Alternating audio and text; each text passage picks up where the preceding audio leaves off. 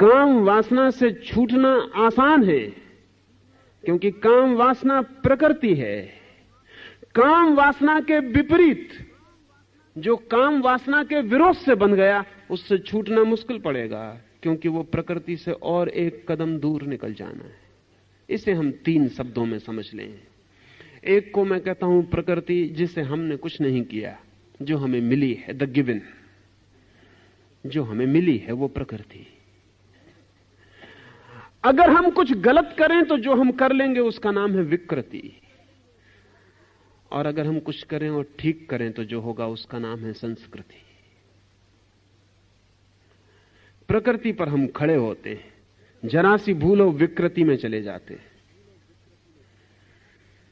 संस्कृति में जाना बड़ा कठिन है, क्योंकि संस्कृति में जाने के लिए विकृति से बचना पड़ेगा और प्रकृति के ऊपर उठना पड़ेगा। 2 बातें हैं, विकृति से बचना पड़ेगा और प्रकृति के ऊपर उठना पड़ेगा। अगर किसी ने सिर्फ प्रकृति से लड़ने की कोशिश की तो विकृति में गिर जाएगा, और विकृति संस्कृति से और एक कदम दूर है। प्रकृति उतनी दूर नहीं, प्रकृति मध्य में खड़ी है।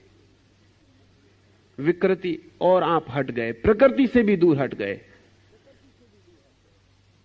इसलिए तो पशुओं में ऐसी विकृतियां नहीं दिखाई पड़ती जैसी मनुष्यों में दिखाई पड़ती हैं, क्योंकि पशु प्रकृति से नहीं लड़ते, इसलिए विकृति नहीं दिखाई पड़ती। अब हम कल्पना भी नहीं कर सकते, अभी न्यूयॉर्क के एक चौराहे पर और वाशिंगटन में और जगहों पर होमोसेक्सुअल्स ने जुलूस निकाले, और उन्होंने कहा है कि यह हमारा जन्म सिद्ध अधिकार है।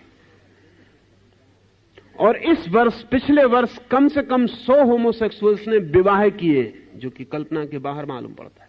एक पुरुष के साथ विवाह कर रहा है, या एक स्त्री के साथ विवाह कर रही है। समलिंगी विवाह, 100 विवाह की घटनाएं दर्ज हुई हैं अमेरिका में इस वर्ष। और इन लोगों ने कहा है कि हम घोषणा करते हैं कि हमारा जन्म सिद्ध अधिकार है कि हम जिसको प्रेम करना चाहते हैं करें, कोई सरकार हमें रोके क्यों। एक पुरुष को प्रेम करना चाहता है, उससे विवाह करना चाहता है, उनके काम संबंध का अधिकार मांगता है। कम से कम 150 क्लब पूरे अमेरिका में और यूरोप में, स्वीडन में और स्विट्जरलैंड में, सब जगह वो क्लब फैलते चले गए। कम से कम 200 पत्रिकाएं आज जमीन पर निकलती हैं, होमोसेक्सुअल्स की पत्रिकाएं, जिनमें वो खबरें देते हैं और घोषणाएं देते हैं। और आप हैरान होंगे कि अभी उन्होंने एक प्रदर्शन किया कैलिफोर्निया में, जैसा कि ब्यूटी कंपटीशन का होता है, महिलाओं को, सुंदर महिलाओं को हम नग्न खड़ा करते हैं। होमोसेक्सुअल्स ने 50 नग्न युवकों को खड़ा करके प्रदर्शन किया कि हम इनमें ही सौंदर्य देखते हैं, स्त्रियों में नहीं। कोई पशुओं की हम कभी सोच सकते हैं कि पशु और होमोसेक्सुअल? नहीं। हां, कभी कभी ऐसा होता, सर्कस के पशु होमोसेक्सुअल हो जाते, या कभी कभी अजायब घर के पशु होमोसेक्सुअल हो जाते। डेसमंड मॉरिस ने एक किताब लिखी है, द ह्यूमन जू, आदमियों का अजायब घर, और उसने लिखा है कि जो अजायब घर में पशुओं के साथ होता है वो आदमियों के साथ समाज में हो रहा है। ये अजायब घर है, ये कोई समाज नहीं है, जू है। क्योंकि कोई पशु पागल नहीं होता जंगल में, अजायब घर में पागल हो जाता है। कोई पशु जंगल में आत्महत्या नहीं करता देखा गया आज तक, लेकिन अजायब घर में कभी कभी आत्महत्या कर लेता है। पशु विकृत नहीं होता क्योंकि प्रकृति में ठहरा रहता है। आदमी कोशिश करता है, आदमी 2 कोशिश कर सकता है, या तो प्रकृति से लड़ने की कोशिश करे तो आज नहीं कल विकृति में उतर जाएगा, और या फिर प्रकृति का अतिक्रमण करने की कोशिश करे तो संस्कृति में प्रवेश करेगा। अतिक्रमण तप है, विरोध नहीं, निरोध नहीं, संघर्ष नहीं, अतिक्रमण, ट्रांसेंडेंस। बुद्ध ने एक बहुत अच्छा शब्द प्रयोग किया है, वो शब्द है पारमिता। वो कहते हैं लड़ो मत इस किनारे से उस किनारे चले जाओ, पार चले जाओ, पारमिता। लड़ो मत इस किनारे से, जहां तुम खड़े हो लड़ो मत, क्योंकि लड़ोगे तो भी इसी किनारे पर खड़े रहोगे। जिससे लड़ना हो उसके पास रहना पड़ेगा। जिससे लड़ना हो उससे दूर जाना खतरनाक है।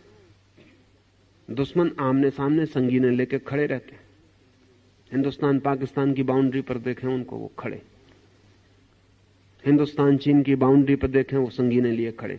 दुश्मन से दूर जाना खतरनाक है, दुश्मन के सामने ही संगीन लेके खड़े रहना पड़ता है। अगर इस तट से लड़ोगे, बुद्ध ने कहा है, अगर भोग के तट से लड़ोगे तो उस तट पर पहुंचोगे कैसे? लड़ो मत, उस तट पे पहुंच जाओ, ये तट छूट जाएगा, भूल जाएगा, विलीन हो जाएगा।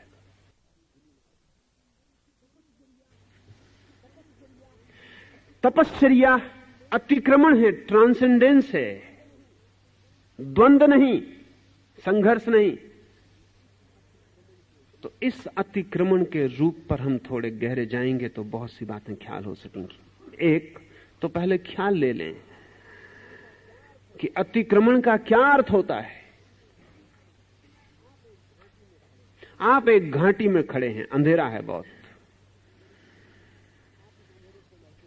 आप उस अंधेरे से लड़ते नहीं, आप सिर्फ पहाड़ के शिखर पर चढ़ना शुरू कर देते। थोड़ी देर में आप पाते हैं कि आप सूर्य से मंडित शिखर के निकट पहुंचने लगे। वहां कोई अंधेरा नहीं है। घाटी में अंधेरा था, आप घाटी में खड़े ही ना रहे, आपने सूर्य मंडित शिखर की तरफ बढ़ना शुरू कर दिया। आपने धूप से नहाए हुए शिखर की तरफ बढ़ना शुरू कर दिया, आप प्रकाश में पहुंच गए। अतिक्रमण हुआ, संघर्ष जरा भी नहीं।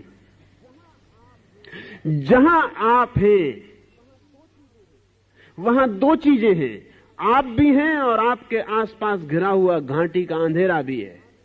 दो हैं वहां, आप भी हैं, घाटी का अंधेरा भी है। अगर घाटी के अंधेरे से आप लड़ते हैं तो आपको घाटी में ही रहना पड़ेगा। अगर आप घाटी के अंधेरे से लड़ते नहीं, अपने भीतर जो आप हैं उसे ऊपर उठाते हैं, ऊर्ध्वगमन पर चलते हैं, तो घाटी के अंधेरे पर ध्यान देने की ही जरूरत नहीं है। जहां हम खड़े हैं वहां चारों तरफ वृत्तियां हैं भोग की, वो भी हैं, आप भी हैं। गलत त्यागी का ध्यान वृत्तियों पे होता है कि इस वृत्ति को मैं कैसे मिटाऊं। सही त्यागी का ध्यान स्वयं पर होता है कि इस वृत्ति के मैं ऊपर कैसे उठ जाऊं। इस फर्क को ठीक से समझ लें, क्योंकि इन दोनों की यात्रा अलग होगी, दोनों का नियम अलग होगा, दोनों की साधना अलग होगी, दोनों की दिशा अलग होगी, दोनों का ध्यान अलग होगा। वृत्ति से जो लड़ रहा है उसका ध्यान वृत्ति पर होगा, स्वयं को जो ऊंचा उठा रहा है उसका ध्यान स्वयं पर होगा, जो वृत्तियों से लड़ रहा है उसका ध्यान बहिर्मुखी होगा, जो स्वयं को ऊर्ध्वगमन की तरफ ले जा रहा है उसका ध्यान अंतर्मुखी होगा। और एक मजे की बात है कि ध्यान भोजन है। जिस चीज पर आप ध्यान देते हैं उसको आप शक्ति देते हैं, जिस चीज को आप ध्यान देते हैं उसको आप शक्ति देते हैं। मैं पावलिता की बात कर रहा था, चेक विचारक और वैज्ञानिक की। छोटे छोटे यंत्र हैं उसके पास। वो कहता है 5 मिनट आंख गड़ा के ध्यान से इस यंत्र को देखते रहो, और वो यंत्र आपकी शक्ति को संग्रहित कर लेता है। अमेरिका में एक बहुत अद्भुत आदमी था जिसे 2 साल की सजा अमेरिका की सरकार ने दी। ऐसा लगता है कि आदमी की बुद्धि बढ़ती नहीं, वो 2000 साल हो तो भी वही करता है, 2000 साल बाद वही करता है। एक आदमी था विल्हेम रेक। इस सदी में जिन लोगों के पास अंतर्दृष्टि रही उनमें से एक आदमी, उसको 2 साल सजा भोगनी पड़ी और आखिर में अमेरिकी सरकार ने उसे पागलखाना, उसको पागल करार दे के कानूनन उसको पागलखाने भेज दिया। उस पर मुकदमा चला एक बहुत अजीब बात पर, जिस पर अब उसके मर जाने के बाद वैज्ञानिक कह रहे हैं कि शायद वो ठीक था। उसने एक अद्भुत बॉक्स, एक पेटी बनाई थी जिसको वो आर्गन बॉक्स कहता था। वो कहता था इसके भीतर कोई व्यक्ति लेट जाए और काम वासना का विचार करता रहे तो उसकी काम वासना की शक्ति इस डब्बे में संग्रहित हो जाती। लेकिन अब इसका कोई वैज्ञानिक प्रमाण क्या हो कि उसमें संग्रहित हो जाती। वो कहता था प्रमाण एक ही है कि आप किसी को भी इसके भीतर लिटा दें जिसको बिल्कुल पता नहीं है, वो 1 मिनट के बाद काम वासना का विचार करना शुरू कर देता। किसी को भी लिटा दें, वो कहता था यही प्रमाण है। इसको तो वो हजारों लोगों का प्रमाण देता था, लेकिन इसको वैज्ञानिक कहते थे हम इसको कोई प्रमाण नहीं मानते। वो आदमी ब्रह्म हो सकता है, उस आदमी की आदत हो सकती है। इस डब्बे के भीतर वो कहता था जो विचार आप करेंगे, जहां आपका ध्यान जाएगा वहीं शक्ति संग्रहित हो जाती है। वो अनेक ऐसे लोगों को जिनको मानसिक रूप से ख्याल पैदा हो गया है कि वो क्लीव हैं, इंपोर्टेंट हैं, इन बॉक्सों में लिटा के ठीक कर देता था, क्योंकि वो कहता था इनमें ऑर्गन एनर्जी इकट्ठी है। ये जो पावलिता है वो आपकी कोई भी शक्ति को आपके ध्यान से इकट्ठा कर लेता है। आपको ख्याल में ना होगा, जब आपकी तरफ लोग ध्यान देते हैं तो आप स्वस्थ अनुभव करते हैं, जब आपकी तरफ लोग ध्यान नहीं देते तो आप अस्वस्थ अनुभव करते हैं। इसलिए एक बड़ी अद्भुत घटना घटती है कि जब आप चाहते हैं कि लोग ध्यान दें, आप बीमार पड़ जाते हैं। बच्चे तो इस ट्रिक को बहुत जल्दी समझ जाते हैं। आपकी 100 में से 90 बीमारियां ध्यान की आकांक्षाओं से पैदा होती हैं, क्योंकि बिना बीमार पड़े घर में आपको कोई ध्यान नहीं देता। पत्नी बीमार पड़ जाती है तो पति उसके सिर पर हाथ रख के बैठता है, बीमार नहीं पड़ती तो उसकी तरफ देखता भी नहीं। पत्नी इस रहस्य को जानबूझ के नहीं, अचेतन में समझ जाती है कि जब उसे ध्यान चाहिए तब उसे बीमार होना पड़ेगा। इसलिए कोई स्त्री उतनी बीमार नहीं होती जितनी दिखाई पड़ती है, या जितना वो दिखावा करती है। या जब उसका पति कमरे में होता तो जितना वो कूलती कराती और आवाजें करती, वो आवाजें उतनी नहीं है जितना कि पति कमरे में नहीं होता तब वो करती, तब नहीं भी करती। इस पर थोड़ा ध्यान देने जैसा। कारण क्या होगा? बच्चे बहुत जल्दी सीख जाते हैं कि जब वो बीमार होते हैं तो सारे घर की अटेंशन उनके ऊपर हो जाती। एक दफा ये बात समझ में आ गई कि अटेंशन आकर्षित करने के लिए बीमार होना रसपूर्ण है, जिंदगी भर के लिए बीमारी आधार बना लेती। मनोवैज्ञानिक सलाह देते हैं, लेकिन बुद्धिमानी की सलाह बड़ी उल्टी मालूम पड़ती है। वो कहते हैं जब कोई बीमार हो तब जानबूझ के भी उस पर कम से कम ध्यान देना, अन्यथा उसे बीमार होने के लिए तुम कारण बनोगे। जब कोई बीमार हो तब तो ध्यान देना ही मत, सेवा कर देना लेकिन ध्यान मत देना, बड़े तटस्थ भाव से। बीमारी को कोई रस देना खतरनाक है। तो जिंदगी में वो आदमी कम बीमार पड़ेगा, ज्यादा स्वस्थ रहेगा। उसके लिए ध्यान और बीमारी जुड़ेंगी नहीं, लेकिन ध्यान से शक्ति मिलती है। इसलिए तो इतना सारी दुनिया में ध्यान पाने की कोशिश चलती है। एक नेता को क्या रस आता होगा? जूते खाए, गालियां खाए, उपद्रव सहे, रस क्या आता होगा? लेकिन जब वो भीड़ में खड़ा होता है तो सब आंखें उसकी तरफ फिर जाती। पावलिता कहता है कि वो सबकी शक्ति से भोजन पाता है। कोई आश्चर्य नहीं कि नेहरू कुछ दिन और जिंदा रह जाते अगर चीन का हमला ना होता। अचानक भोजन कम हो गया, ध्यान बिखर गया। कोई राजनीतिक नेता पद पर रहते हुए मुश्किल से मरता है, इसलिए कोई राजनीतिक नेता पद नहीं छोड़ना चाहता, नहीं तो मरना और पद छोड़ना करीब आ जाते। मुश्किल से मरता है कोई राजनीतिक नेता पद पर, मरना ही पड़े आखिर में, बात अलग है। अपनी पूरी कोशिश भी वो ये करता है कि जीते जी पद न छूट जाए, क्योंकि पद छूटते ही उम्र कम हो जाती। लोग रिटायर होकर जल्दी मर जाते। अब जो आदमी पुलिस का ऑफिसर था वो आदमी रिटायर हो गया, उसकी 10 साल कम से कम उम्र कम हो जाती। अभी इस पर तो बहुत काम चलता है और बहुत देर ना लगेगी कि लोग रिटायर होने से इंकार करने लगेंगे, जैसे उनको पता चल जाएगा कि गड़बड़ क्या हो रही है। रिटायर जब तक आदमी नहीं होता तब तक स्वस्थ मालूम पड़ता है, रिटायर होते ही बीमार पड़ जाता है। जो ध्यान का भोजन उसे मिल रहा था, दफ्तर में जाता था, लोग खड़े हो जाते थे, सड़क पे निकलता था, लोग नमस्कार करते थे, बच्चे भी डरते थे क्योंकि बाप का कब्जा था पैसे पर, बैंक बैलेंस बाप के नाम था, पत्नी भी भयभीत होती थी। फिर सब रिटायर हो गया, हाथ से सब धीरे धीरे सूत्र छूट गए। अब वो बैठा रहता है कोने में, लोग ऐसे निकल जाते हैं जैसे वो है ही नहीं। तो वो खांसता खकारता है, आवाज देता है कि मैं भी यहां हूं। वो हर चीज में अड़ंगेबाजी करता है। बूढ़ों की आदत अड़ंगेबाजी की और किसी कारण से नहीं, हर चीज में अड़ंगेबाजी करता है। कोई ऐसी बात नहीं जिसमें वो अड़ंगा ना डाले। क्योंकि अड़ंगा डाल के वो बता सकता है कि मैं हूं और थोड़ा ध्यान आकर्षित कर सकता। ये बहुत दीन अवस्था है, ये बहुत दयनीय अवस्था है, ये बहुत रुग्ण है, दुखद है, लेकिन है। वो घर में कोई ऐसी चीज न चलने देगा जिसमें वो सलाह न दे, हालांकि कोई उसकी सलाह नहीं मानता, ये वो जानता है। इसे वो दिन भर कहता है कि कोई मेरी मैं नहीं मानता, लेकिन फिर दिन भर देता क्यों? वो दिन भर कहता है कोई मेरी सुनता नहीं।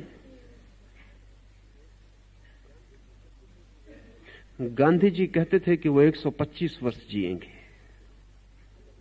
और जी सकते थे। अगर भारत आजाद ना होता तो वो 125 वर्ष जी सकते थे। भारत का आजाद होना उनके मरने का हिस्सा बन गया, क्योंकि आजादी के बाद ही जो उनकी सुनते थे उन्होंने सुनना बंद कर दिया, क्योंकि वो खुद ही ताकतवर हो गए, वो खुद ही पदों पर पहुंच गए। तो गांधी ने कहा कि मैं खोटा सिक्का हो गया हूं, मेरी अब कोई सुनता नहीं। लेकिन गांधी को भी पता नहीं होगा कि गांधी जब भी ये कहते थे कि मेरी कोई सुनता नहीं, मैं एक खोटा सिक्का हो गया हूं, मैं बोलता रहता हूं, कोई मेरी फिक्र नहीं करता, कोई मेरी सलाह नहीं मानता, हालांकि वो सलाह दिए जाते थे।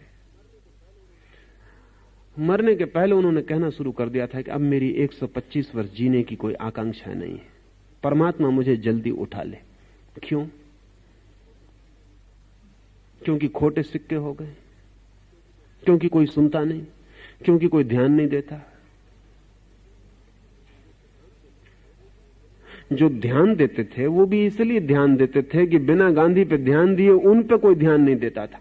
अब वो खुद ही ध्यान पाने के अधिकारी हो गए थे, सीधा लोग उनको ध्यान दे रहे थे। अब वो गांधी पे काहे के लिए ध्यान दें? कोने में पड़ गए थे। कोई नहीं कह सकता कि गोंडसे की गोली को सामने देखकर उनके मन में धन्यवाद ना उठाओ। कोई नहीं कह सकता कि उन्होंने सोचा हो कि आ गया भगवान का संदेशवाहक, झंझट मिटी, विदा होते।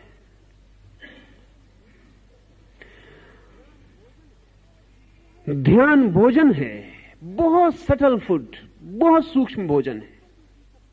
अकेले ध्यान पर भी जी सकते हैं आप। इसलिए जब कभी कोई प्रेम में पड़ता है तो भूख कम हो जाती है। आपको पता है, अगर कोई आपको बहुत प्रेम करता है तो भूख एकदम कम हो जाती। क्यों कम हो जाती? जब कोई प्रेम करता है, प्रेम का मतलब ही क्या है कि कोई आप पर ध्यान देता है, और मतलब क्या है? और जब कोई आप पर ध्यान नहीं देता, आपको पता है मनोवैज्ञानिक कहते हैं कि जब कोई ध्यान नहीं देता तब लोग ज्यादा भोजन करने लगते हैं।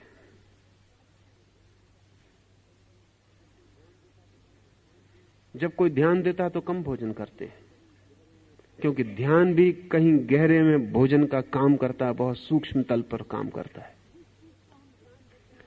जिस चीज को हम ध्यान देते हैं उसको शक्ति देते हैं, ये मैं कह रहा हूं। और अब इसको कहने के वैज्ञानिक आधार हैं, अब इसको नापने के भी उपाय हैं। मैं पीछे आपसे निकोलिएव और कामेनिएव का नाम लिया। ये दोनों व्यक्ति टेलीपैथिक कम्युनिकेशन में इस समय पृथ्वी पर सबसे ज्यादा निष्णात लोग हैं।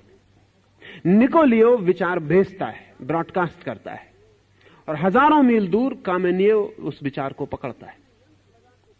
वैज्ञानिकों ने यंत्र लगा के बड़े चकित हो गए कि जब निकोलिएव विचार भेजता है तो उसकी शक्ति क्षीण होती है। उसके चारों तरफ यंत्र बताते हैं कि उसकी शक्ति क्षीण हो रही है। और जब हजारों मील दूर कामेनिएव विचार को ग्रहण करता है तब उसकी शक्ति यंत्र बताते हैं कि बढ़ गई। आश्चर्यजनक, हजारों मील दूर। लेकिन जब निकोलिएव विचार भेजता है कामेनिएव को तो उससे पूछा गया वो करता क्या है। वो कहता है मैं आंख बंद करके ध्यान करता हूं कि कामेनिएव मेरे सामने उपस्थित है। वो दूर नहीं है, मेरे सामने उपस्थित है। मैं अपने सारे ध्यान को उस पर लगा देता हूं, सब भूल जाता हूं, सिर्फ कामेनिएव रह जाता है। और जब कामेनिएव रह जाता है मुझे प्रत्यक्ष दिखाई पड़ने लगता है कि ये सामने खड़ा है, तब मैं उससे बोलता हूं। ध्यान, वो अटेंशन दे रहा है तो उसकी ऊर्जा हजारों मील दूर बैठे हुए व्यक्ति को उपलब्ध हो जाती।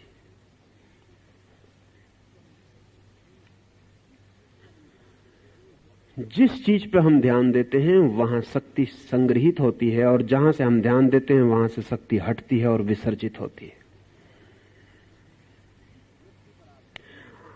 जिस वृत्ति पर आप ध्यान देते हैं उस पर शक्ति संग्रहित हो जाती है। जब आप काम वासना का विचार करते हैं तो आपके काम वासना का जो केंद्र है वो शक्ति को इकट्ठा करने लगता है।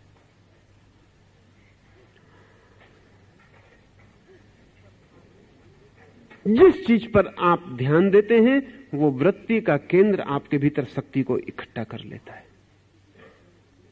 आप ही शक्ति देते हैं ध्यान देकर, फिर वो केंद्र शक्ति से भर जाता है तो उस शक्ति से मुक्त होना चाहता है क्योंकि बोझिल हो जाता है। ये जाल है आदमी के भीतर। लेकिन काम वासना पर ध्यान दो तरह से दिया जा सकता है। एक कि आप काम वासना में रस लें तो भी ध्यान दिया जा सकता है। तो प्रकृतस्थ नेचुरल काम वासना आप में घनीभूत होगी, नैसर्गिक काम वासना आप में शक्तिशाली हो जाएगी। एक विकृत ध्यान दिया जा सकता है। एक आदमी काम वासना पर ध्यान देता है कि मुझे काम वासना से लड़ना है, मुझे काम वासना को भीतर प्रविष्ट नहीं होने देना है, वो भी ध्यान दे रहा है। उसका भी काम का सेंटर, सेक्स सेंटर शक्ति को इकट्ठा कर लेता है। अब बड़ी मुश्किल होती है क्योंकि जो नैसर्गिक काम वासना को ध्यान देता है वो तो नैसर्गिक रूप से शक्ति उसकी विसर्जित हो जाएगी। लेकिन जो विसर्जित नहीं करना चाहता और ध्यान देता है, इसका क्या होगा? इसकी शक्ति विकृत रूप लेना शुरू करेगी। ये विसर्जित हो नहीं सकती। ये शरीर के दूसरे अंगों में प्रवेश करेगी और उनको विकृत करने लगेगी। ये चित्त के दूसरे स्नायुओं में प्रवेश करेगी और उनको विकृत करने लगेगी। ये आदमी भीतर से उलझता जाएगा और जाल में फंसता जाएगा अपनी ही दी गई शक्ति से। ऐसा हुआ कि हम एक वृक्ष को पानी दिए जाते हैं और प्रार्थना किए जाते हैं कि वृक्ष बड़ा ना हो। ये वृक्ष बड़ा ना हो, प्रार्थना किए जाते हैं और पानी दिए जाते हैं। जिस वृत्ति को आप ध्यान देते हैं, चाहे पक्ष में चाहे विपक्ष में, आप उसको पानी और भोजन देते हैं। तप का मूल सूत्र यही है कि ध्यान कहीं और दो, जहां तुम शक्ति को इकट्ठा करना चाहते हो वहां मत दो। ध्यान ही उठाओ ऊपर। अगर काम वासना से मुक्त होना है तो काम वासना पर ध्यान ही मत दो, पक्ष में भी नहीं विपक्ष में भी नहीं। लेकिन ध्यान आपको देना ही पड़ेगा, क्योंकि ध्यान आपकी शक्ति है, वो काम मांगती है। तो तप का मूल सूत्र यह है कि ध्यान के लिए नए केंद्र निर्मित करो। नए केंद्र आदमी के भीतर हैं और उन केंद्रों पर ध्यान को ले जाओ। जैसे ही ध्यान को नया केंद्र मिल जाता है और वो नए केंद्र में शक्ति को उंडेलने लगता है, वैसे ही पुराने केंद्रों से मुक्त होने लगता है। पहाड़ पर चढ़ाई शुरू हो गई। काम वासना का केंद्र हमारा सबसे नीचा केंद्र है। वहां से हम प्रकृति से जुड़े। सहस्त्रार हमारा सबसे ऊंचा केंद्र है। वहां से हम परमात्मा ऊर्जा से जुड़े, दिव्यता से, भव्यता से, भगवत्ता से जुड़े। जब भी आप ध्यान देते हैं, आपने ख्याल किया कि आपके मस्तिष्क में विचार चलता है काम वासना का, और आपका काम केंद्र तत्काल सक्रिय हो जाता है। यहां विचार चला, विचार तो चलता है मस्तिष्क में, और काम केंद्र बहुत दूर है, वो तत्काल सक्रिय हो जाता है।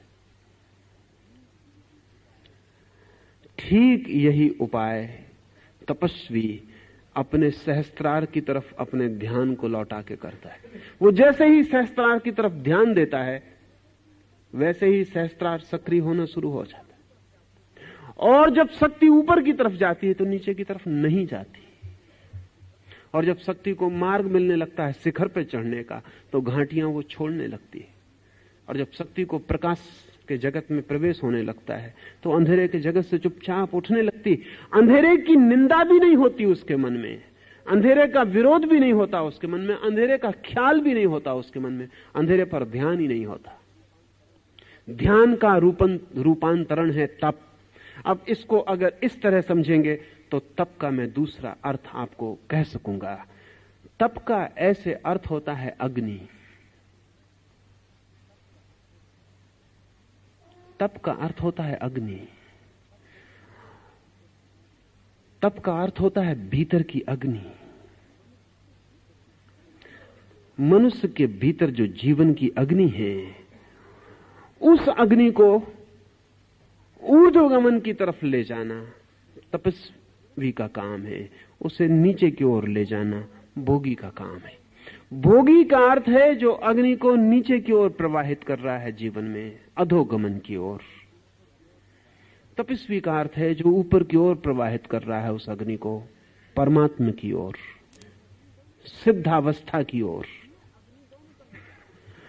ये अग्नि दोनों तरफ जा सकती है, और बड़े मजे की बात यह है कि ऊपर की तरफ आसानी से जाती है, नीचे की तरफ बड़ी कठिनाई से जाती है, क्योंकि अग्नि का स्वभाव ऊपर की तरफ जाना है।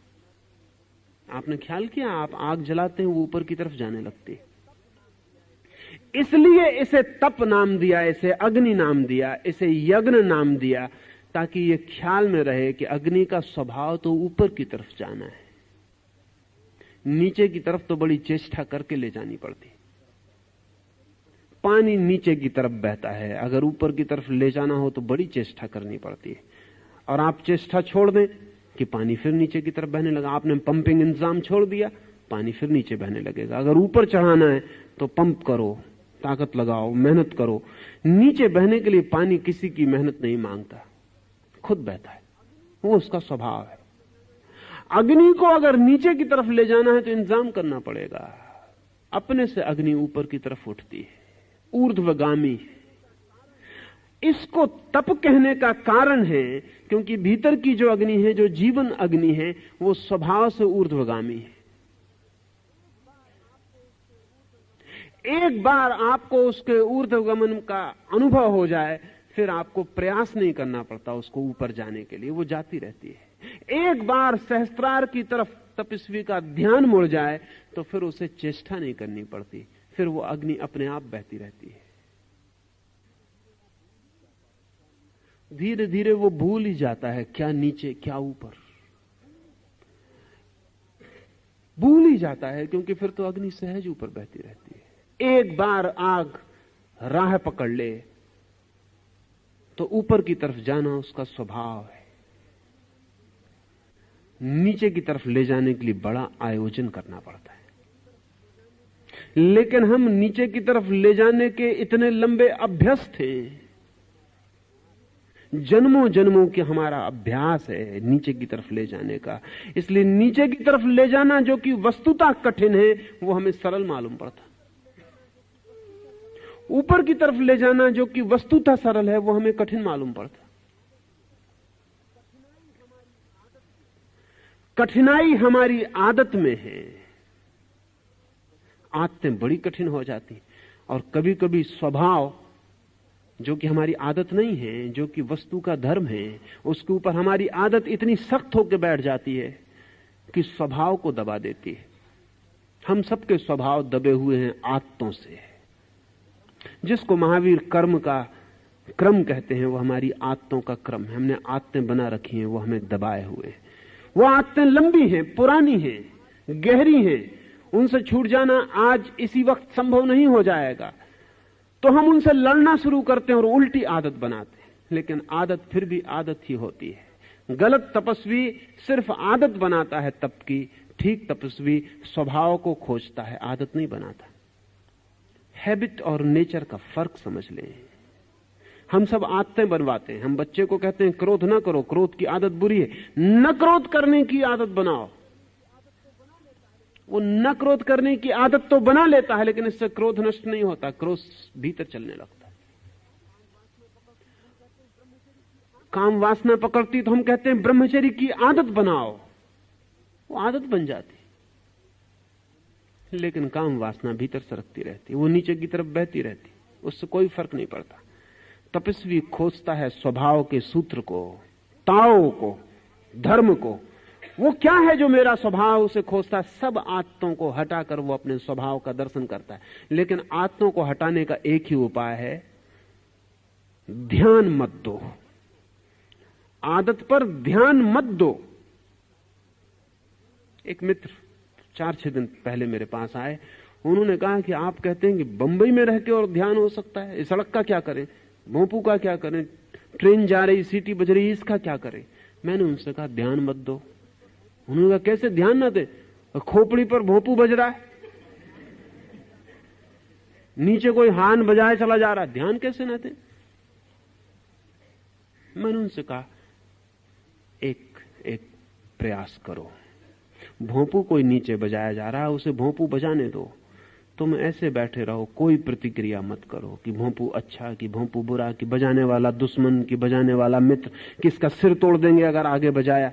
कुछ प्रतिक्रिया मत करो, तुम बैठे रहो, सुनते रहो, सिर्फ सुनो। थोड़ी देर में ही तुम पाओगे कि भोंपू बजता भी हो तो भी तुम्हारे लिए बजना बंद हो गया। एक्सेप्ट इट, स्वीकार करो। जिस आदत को बदलना हो उसे स्वीकार कर लो, उससे लड़ो मत, स्वीकार कर लो। जिसे हम स्वीकार कर लेते हैं उस पर ध्यान देना बंद हो जाता है। क्या आपको पता है, किसी स्त्री के आप प्रेम में हो उस पर ध्यान होता है, फिर विवाह करके उसको पत्नी बना लिया, फिर वो स्वीकृत हो गई, फिर ध्यान बंद हो जाता। जिस चीज को हम स्वीकार कर लेते हैं, एक कार आपके पास नहीं, वो सड़क पर निकलती है चमकती हुई, ध्यान खींचती है, फिर आपको मिल गई, फिर आप उसमें बैठ गए, फिर थोड़े दिन में आपका ख्याल ही नहीं आता कि वो कार भी है चारों तरफ जो ध्यान को खींचती, तो वो स्वीकार हो गई। जो चीज स्वीकृत हो जाती है उस पर ध्यान जाना बंद हो जाता है। स्वीकार कर लो, जो है उसे स्वीकार कर लो। अपने बुरे से बुरे हिस्से को भी स्वीकार कर लो। ध्यान देना बंद कर दो, ध्यान मत दो। उसको ऊर्जा मिलनी बंद हो जाएगी, वो धीरे धीरे अपने आप छीन होकर सिकुड़ जाएगी, टूट जाएगी, और जो बचेगी ऊर्जा उसका प्रवाह अपने आप भीतर की तरफ होना शुरू हो जाएगा। गलत तपस्वी उन्हीं चीजों पर ध्यान देता जिन पर भोगी देता। सही तपस्वी ठीक तप की प्रक्रिया ध्यान का रूपांतरण है। वो उन चीजों पर ध्यान देता है जिन पर न भोगी ध्यान देता न तथाकथित त्यागी ध्यान देता, वो ध्यान को ही बदल देता है। और ध्यान हमारे हाथ में है, हम वहीं देते हैं जहां हम देना चाहते हैं। अभी यहां बैठे हैं, आप मुझे सुन रहे हैं, अभी यहां आग लग जाए मकान में, आप एकदम भूल जाएंगे कि सुन रहे थे, कि कोई बोल रहा था, सब भूल जाएंगे। आग पर ध्यान दौड़ जाएगा, बाहर निकल जाएंगे, भूल ही जाएंगे कि कुछ सुन रहे थे, सुनने का कोई सवाल ही न रह जाएगा। ध्यान प्रतिपल बदल सकता है, सिर्फ नए बिंदु उसको मिलने चाहिए। आग मिल गई, वो ज्यादा जरूरी जीवन को बचाने के लिए हो गई, तो तत्काल ध्यान वहां दौड़ जाएगा। आपके भीतर तप की प्रक्रिया में उन नए बिंदुओं और केंद्रों की तलाश करनी है जहां ध्यान दौड़ जाए और जहां नए केंद्र सशक्त होने लगे। इसलिए तपस्वी कमजोर नहीं होता, शक्तिशाली हो जाता। गलत तपस्वी कमजोर हो जाता। गलत तपस्वी कमजोर होकर सोचता है कि हम जीत लेंगे, और भ्रांति पैदा होती है जीतने की। अगर एक आदमी को 30 दिन भोजन न दिया जाए तो काम वासना क्षीण हो जाती। इसलिए नहीं कि काम वासना चली गई, इसलिए कि काम वासना के योग्य रस नहीं बनता शरीर में। फिर भोजन दिया जाए तो 30 दिन में जो वासना गई थी वो 3 दिन में वापस लौट आती। भोजन मिला, शरीर को रस मिला, फिर केंद्र सक्रिय हो गया, फिर ध्यान दौड़ने लगा। इसलिए फिर जिसने भूखा रहते ही काम वासना पर तथाकथित विजय पाई, वो बेचारा फिर भूखा ही जीवन भर रहने की कोशिश में लगा रहता है, क्योंकि वो डरता है, इधर भोजन लिया, इधर वासना उठी। मगर ये निपट पागलपन है, वासना के बाहर हुए नहीं। ये सिर्फ कमजोरी की वजह से वासना को शक्ति नहीं मिल रही है। असल में आदमी जितनी शक्ति पैदा करता है उसमें कुछ तो जरूरी होती है जो उसके रोज के काम में समाप्त हो जाती है। एक खास मात्रा की कैलोरी उसके रोज के काम में, उठने में, बैठने में, नहाने में, खाने में, पचाने में, दुकान में आने में जाने में व्यय हो जाती, सोने में व्यय हो जाती। उसके अतिरिक्त जो बचती है वो उस केंद्र को मिल जाती है जिस पे आपका ध्यान है। द सुपरफ्लुअस, जो अतिरिक्त है। अगर समझ लें कि 1000 कैलोरी मान लें कि आपके रोजमर्रा के काम में खर्च होती है और आपके भोजन और आपकी व्यवस्था से आपको 2000 कैलोरी शक्ति शरीर में पैदा होती है, तो आपका ध्यान जिस केंद्र पर होगा 1000 कैलोरी जो शेष बची है उस केंद्र पर दौड़ जाएगी। उसको कोई रास्ता नहीं, ध्यान ही रास्ता है, ध्यान ही एरो है जिससे वो जाएगी। उसको और कुछ पता नहीं कहां जाना है। आपका ध्यान उसको खबर देता है कि यहां जाना है, वो वहां चली जाती है। अब अगर आपको झूठे तप में उतरना है तो आप भोजन इतना कर दें कि 1000 कैलोरी से ज्यादा आपके भीतर पैदा ना हो, फिर आपको ब्रह्मचर्य सधा हुआ मालूम पड़ेगा, क्योंकि आपके पास अतिरिक्त शक्ति बचती नहीं जो कि सेक्स के केंद्र को मिल जाए। 1000 शक्ति पैदा होती है, 1000 आप खर्च कर लेते। इसलिए तपस्वी खाना कम कर देता है, पैदल चलने लगता है, श्रम ज्यादा करने लगता है और खाना कम करता चला जाता है। ये दोहरी प्रक्रियाएं करता है ताकि शरीर में शक्ति कम हो और शक्ति व्यय ज्यादा हो। वो मिनिमम पर जीने लगता है, न होगी अतिरिक्त शक्ति न वासना बनेगी, मगर इससे वो वासना से मुक्त नहीं होता। वासना अपनी जगह खड़ी, वासना का केंद्र प्रतीक्षा करेगा, अनंत जन्मों तक प्रतीक्षा करेगा, कहेगा कि जिस दिन शक्ति ज्यादा हो मैं तैयार हूं। ये सिर्फ भय में जीना है, इस जीने से कहीं कुछ उपलब्ध नहीं होता। इससे प्रकृति तो चूक जाती है, संस्कृति नहीं मिलती, सिर्फ विकृति मिलती है और एक भयभीत चेतना रह जाती है पीछे। नहीं, ये नहीं है मार्ग।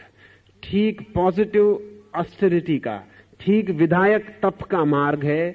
शक्ति पैदा करो, ध्यान रूपांतरित करो, ध्यान नए केंद्रों पर ले जाओ ताकि शक्ति वहां जाए।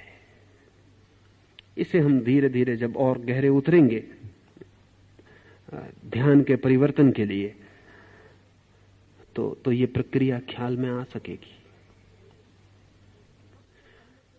लेकिन सबसे पहले तो यह ख्याल में ले लेना चाहिए कि मेरी अतिरिक्त शक्ति किस केंद्र से व्यय हो रही है। उसके विपरीत जो केंद्र है उस केंद्र पर ध्यान को लगाना पड़ेगा।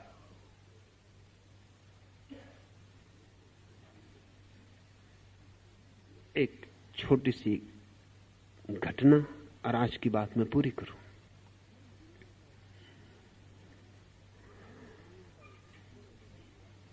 धर्म गुरुओं का एक सम्मेलन हुआ है। बड़े धर्म गुरु उस देश के एक नगर में इकट्ठे हुए। 4 बड़े धर्म हैं उस देश में, चारों के 4 बड़े धर्म गुरु एक निजी वार्ता में लीन है। सब सम्मेलन निपटने के करीब हो गया, वो बैठ के बातें कर रहे हैं। ऊंची बातें हो चुकी, नकली बातें हो चुकी, अब वो बैठ के असली गपशप कर रहे हैं। 75 साल का बूढ़ा धर्मगुरु कहता है कि हो गई वे बातें, सुन गए लोग, लेकिन तुम्हारे सामने क्यों मैं छिपाऊं, और मैं आशा करता हूं तुम भी ना छिपाओगे। अच्छा होगा कि हम बताएं कि असली जिंदगी हमारी क्या है। मैं तो एक ही चीज से परेशान रहा हूं, वो धन, और दिन रात धन के विपरीत बोलता हूं, पर धन पे मेरी बड़ी पकड़ है। एक पैसा भी मेरा खो जाए तो रात भर मुझे नींद नहीं आती, या एक पैसा मिलने की आशा बंध जाए तो भी रात भर एक्साइटमेंट रहता और नींद नहीं आती। बड़ी धन ही मेरी कमजोरी, बड़ी मुश्किल है, इसके पार में नहीं हो पा रहा। क्या आप में से कोई पार हो गया तो बताए। दूसरों ने कहा पार तो हम भी नहीं हुए, हमारी अपनी अपनी मुसीबतें हैं। एक ने कहा मेरी मुसीबत तो ये अहंकार है, इसके लिए ही जीता हूं, इसी के लिए उठता हूं, इसी के लिए बैठता हूं, इसी के लिए अहंकार के खिलाफ भी बोलता हूं, पर है यही, इससे मैं बाहर नहीं हो पाता। तीसरे ने कहा मेरी कमजोरी तो ये काम वासना है, ये स्त्रियां मेरी कमजोरी हैं।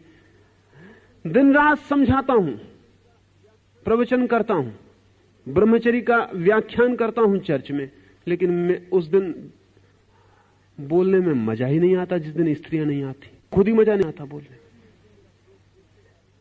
जिस दिन स्त्रियां आती उस दिन मेरा जोश देखने लायक रहता, उस दिन जब मैं बोलता हूं तो बात ही और होती। लेकिन अब मैं जानता हूं भली भांति कि वो भी काम वासना ही मेरी, उसके मैं बाहर नहीं हो पाता। चौथा आदमी मुल्ला नसरुद्दीन था। वो उठ के खड़ा हो गया, उसने कहा कि क्षमा करें मैं जाता हूं। उन्होंने कहा लेकिन तुमने अपनी कमजोरी ना बताई। उसने कहा मेरी सिर्फ एक कमजोरी है, वो है निंदा। अब मैं नहीं रुक सकता एक भी क्षण, पूरा गांव मेरा राह देख रहा होगा, जो मैंने यहां सुना है वो मुझे कहना होगा।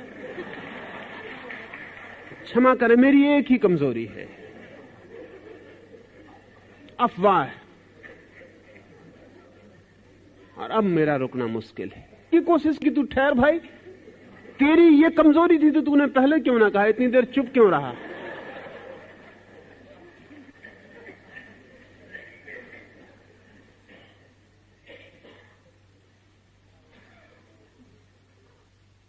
हर आदमी की कोई ना कोई कमजोरी है।